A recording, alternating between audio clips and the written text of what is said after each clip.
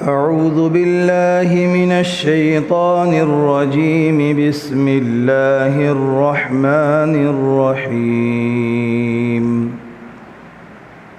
قل أعوذ برب الفلق من شر ما خلق ومن شر غاسق إذا وقب ومن شر النفاثات في العقد ومن شر حاسد إذا حسد. صدق اللہ العظیم. عزیز طلباء و طالبات، السلام علیکم ورحمۃ اللہ وبرکاتہ. میں Anglo Urdu high school Urdu medium سے برانیہ سہیل احمد، جماعت 12، مضمون عربی، سبق نمبر 12، جس کا نام ہے الطبیب المحسن، قسط 3 لے کر آپ کی خدمت میں حاضر ہوں. عزیز طلباء و طالبات، جیسا کہ ہم نے پہلی 2 قسطوں کے اندر سبق کے الفاظ معانی اور اسی سبق کا پہلا پیراگراف یعنی آپ کی اسکرین پر موجود پیراگراف ہم نے سمجھا اور اس کا ترجمہ بھی سیکھا، جس کا خلاصہ یہ ہے کہ قصہ بیان کرنے والا اپنے ہی گاؤں کے ایک ڈاکٹر کا قصہ بیان کر رہا ہے کہ وہ ڈاکٹر کیسا رحم دل تھا اور وہ فقیروں اور مسکینوں محتاجوں پر کس طرح احسان کرتا تھا، اور اس کی بیوی بھی اسی کی طرح نیک دل تھی، غریبوں کا خیال رکھتی تھی، یتیم بچوں سے محبت کرتی تھی. اور اسی ڈاکٹر کے 2 بیٹے تھے، وہ بھی بیوہ عورتوں کے ساتھ شفقت کا اور احسان کا معاملہ کرتے تھے. پھر آگے بتاتے ہیں کہ ایک مرتبہ وہ کسی مریض کے گھر گیا تو اس نے دیکھا کہ بھئی اس مریض کو تو دوائی سے زیادہ خوراک کی ضرورت ہے، تو اس حالت کو دیکھ کر اس کو بہت تکلیف ہوئی وغیرہ. یہ پورے پیراگراف کا ہمارا خلاصہ ہے. اب ہم دوسرے پیراگراف کی طرف آتے ہیں. دوسرا پیراگراف ہمارا شروع ہوتا ہے یہاں سے، خرج، اور ختم ہوتا ہے یہاں پر. خرج الطبیب من بیت المریض شروع ہوتا ہے اور ختم ہوتا ہے یہ لا تفتحی هذا الصندوق الا فی بیتک امام زوجک. یہاں پر ختم ہوتا ہے. جو لال نشان لگائے ہیں ان دونوں کے درمیان میں جو ہے عبارت ہے وہ دوسرا پیراگراف ہے. تو آج انشاءاللہ ہم اس دوسرے پیراگراف کے ترجمے کو سیکھیں گے. عبارت ہے خرج الطبیب من بیت المریض وطلب الى امرأة الفقیر ان ترافقه لتحضر الدواء لزوجها. ترجمہ ہوگا کہ مریض کے گھر سے ڈاکٹر نکلا اور ڈاکٹر نے اس فقیر کی بیوی کو بلایا تاکہ وہ اپنے شوہر کی دوائی کے لیے اس کے ساتھ جائے.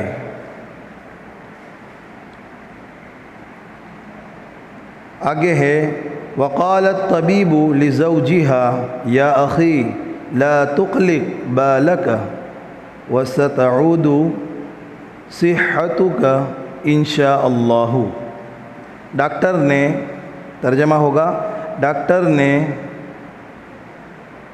اس بیوی کے شوہر سے یعنی اس غریب سے، ڈاکٹر نے اس بیوی کے شوہر سے کہا یا اخی، اے میرے بھائی، تو مت گھبرا، تو گھبرا مت، ڈر مت، خوف مت رکھ، تو مت گھبرا، انشاءاللہ بہت جلد تو صحت یاب ہو جائے گا.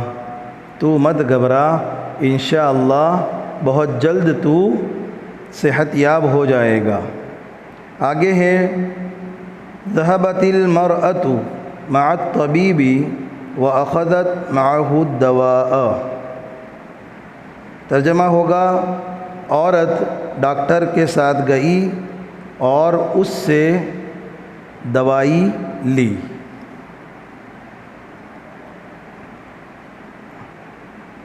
فَإِذَا هُوَ صَنْدُوقٌ صَغِيرٌ وَلَكِنَّهُ ثَقِيلٌ جِدًّا۔ ترجمہ ہوگا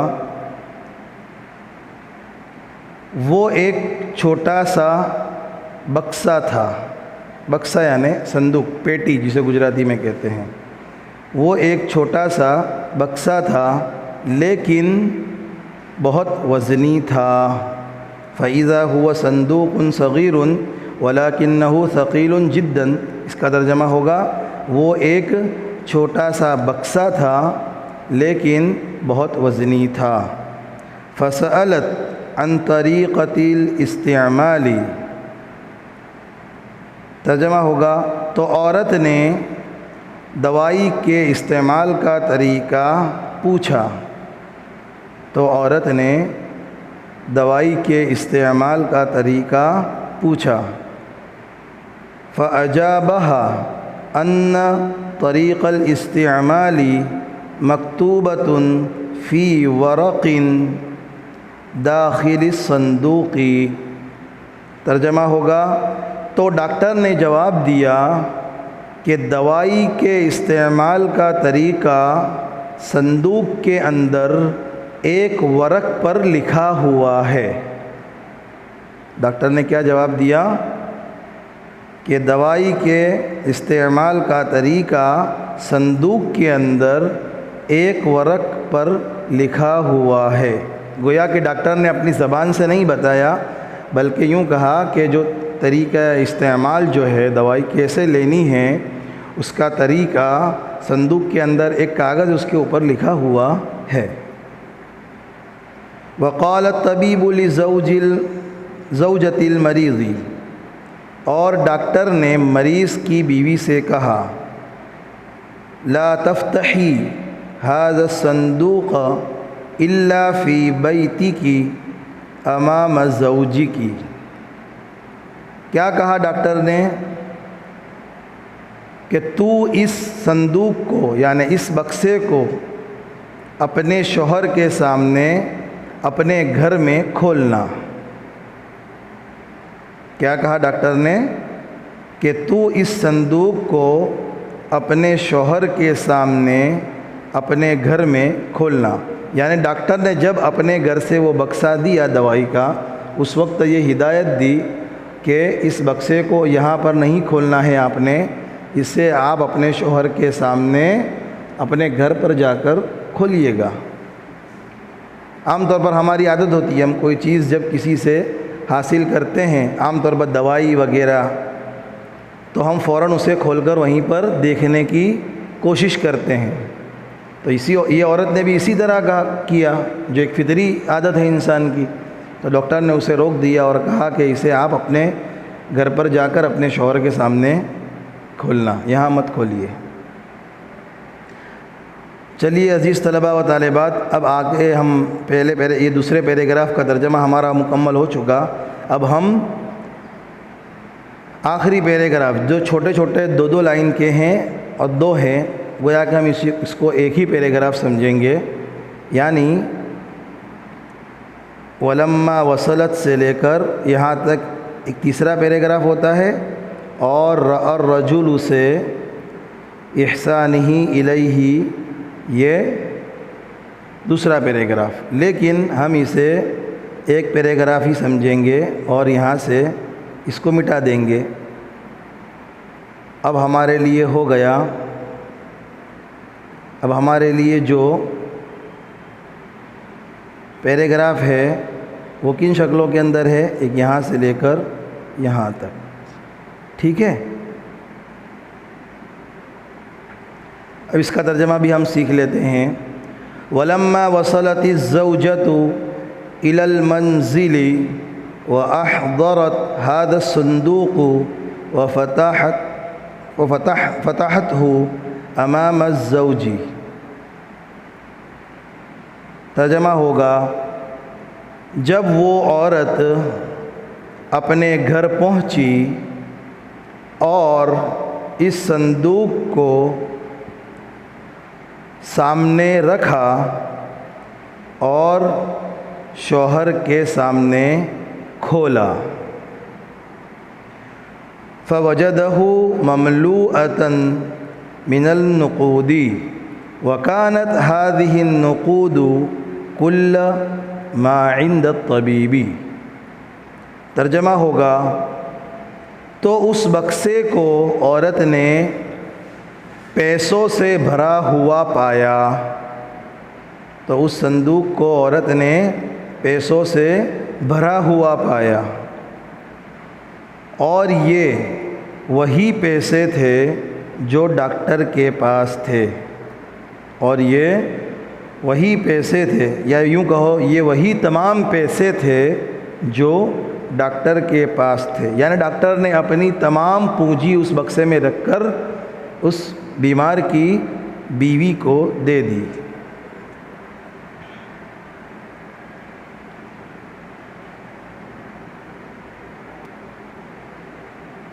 اب سوال پیدا ہوتا ہے کہ عورت کو تو دوائی کے لیے بلایا تھا، لیکن اس نے پیسے کیوں دیے؟ تو یہ پیسے دینے کی وجہ خود آگے صاحب قصہ یعنی جس نے قصہ نقل کیا ہے وہ بیان کر رہے ہیں۔ رأى الرجل هذه النقود فقام من سريره۔ کیا ایفیکٹ ہوا اس بیمار کے اوپر ان پیسوں کو دیکھ کر، وہ بتایا جا رہا ہے۔ ان پیسوں کو اس فقیر آدمی نے دیکھا تو پلنگ سے کھڑا ہو گیا، یعنی بیمار پڑا تھا بستر پر تو وہ اٹھ بیٹھا پیسوں کو دیکھ کر۔ وَذَهَبَ إِلَى السُّوقِ، اور بازار کی طرف گیا۔ وَاشْتَرَى مَا يَحْتَاجُ إِلَيْهِ مَنْزِلُهُ، اور ان چیزوں کو خریدا جو جس کی اسے ضرورت تھی، اور ان چیزوں کو خریدا جس کی اسے ضرورت تھی۔ منزلہ تک کا ترجمہ ہوا۔ وعادت الیہ الصحۃ، اور اس کی تندرستی لوٹ آئی، یعنی اس کی بیماری ختم ہو گئی۔ وکان دائما یتحدث بفضل هذا الطبیب واحسانہ الیہ، اور وہ فقیر ہمیشہ ڈاکٹر کے احسان اور اس کے کرم کی باتیں کرتا تھا، اور وہ فقیر ہمیشہ اس ڈاکٹر کے احسان اور اس کے کرم کی باتیں کرتا تھا۔ عزیز طلباء و طالبات، یہ ہمارا سبق نمبر 12 اس کے عبارت الحمدللہ ہماری مکمل ہو چکی ہے، اور اس کے بعد ہم اس سبق کے اندر جو سوالات دیے گئے ہیں ان سوالات کے جوابات بھی حل کریں گے، جو گوگل شیٹ کے ذریعے آپ کو بھیجے جائیں گے۔ آپ اسے اپنی